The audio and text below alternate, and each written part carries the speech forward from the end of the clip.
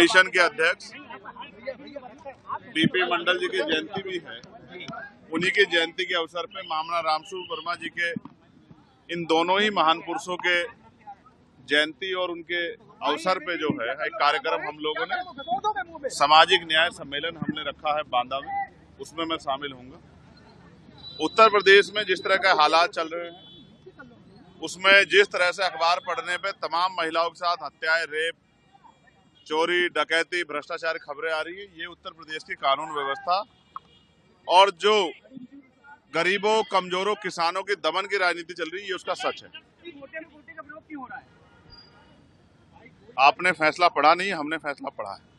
हम ये चाहते हैं कि हम भाइयों की एकजुटता बनी रहे और उस एकजुटता के लिए अब हमने प्रयास किया है कि बहुत जल्द हम शेड्यूल कास्ट की सभी जातियों के लोगों के प्रतिनिधित्व को बिठा के उनसे वार्ता करेंगे।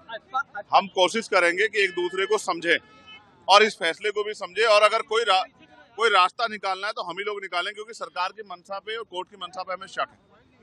आज तक सुप्रीम कोर्ट ने कोई भी फैसला शेड्यूल कास्ट, शेड्यूल ट्राइब के हितों के लिए नहीं दिया, उनकी रक्षा के लिए नहीं दिया। उनके सारे फैसले आरक्षण पे हमले के जैसे होते हैं। हम इसलिए उनसे उनके फैसले, उनकी मंशा पे, उनकी नीयत पे शक कर रहे हैं।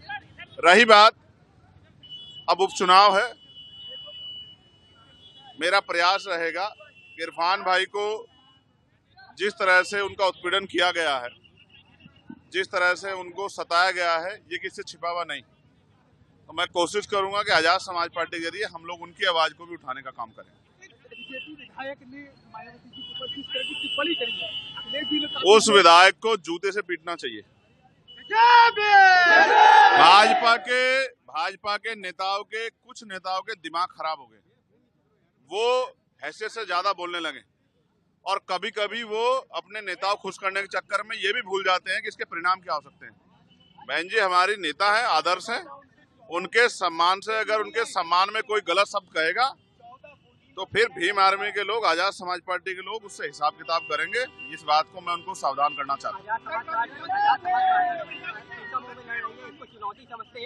नहीं, कोई चुनौती नहीं। आजाद समाज पार्टी के लोग मेहनत कर रहे हैं, जनता उनके साथ खड़ी है। यस, उसमें पार्टी अपनी तैयारी कर रही है और पार्टी का स्टेट का जो ऑर्डर होगा हम लोग उसको फॉलो करेंगे।